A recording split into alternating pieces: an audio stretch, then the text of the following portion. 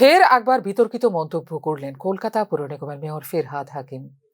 ফিরহাদের ৩০ নামে একটি সংগঠনের অনুষ্ঠানে একদিন সংখ্যালঘু থেকে সংখ্যাগুরু হবেন বলে মন্তব্য করেছেন ফিরহাদ হাকিম। পশ্চিমবঙ্গে আমরা ৩৩% রয়েছি, আর গোটা দেশে ১৭%। তাই আমাদের সংখ্যালঘু বলা হয়, কিন্তু আগামী দিনে আমরা আর সংখ্যালঘু থাকবো না, আমরা সংখ্যাগুরু হব। এখন আমাদের সঙ্গে অন্যায় হলে রাস্তায় বিচারের দাবিতে মোমবাতি হাতে মিছিল করি, কিন্তু এমন দিন আসবে যখন আমরা বিচার দিব, আমাদের সেই জায়গায় পৌঁছতে হবে বলে মন্তব্য করেন পশ্চিমবঙ্গের এই মন্ত্রী। এদিকে ফিরহাদ হাকিমের এই বক্তব্যের সমালোচনায় সরব হয়েছে ভারতীয় জনতা পার্টি। ফিরহাদের এই মন্তব্য ভয়ঙ্কর।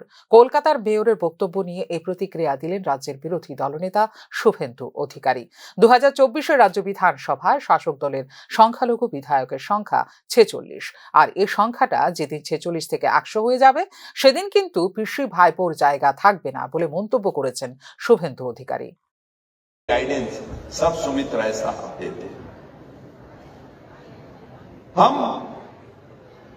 एक ऐसे कौम से हैं जो कौम बंगाल में तो हम 33% हैं, मगर हिंदुस्तान में भी हम सिर्फ 17% है और हमें माइनॉरिटी कम्युनिटी कहा जाता है।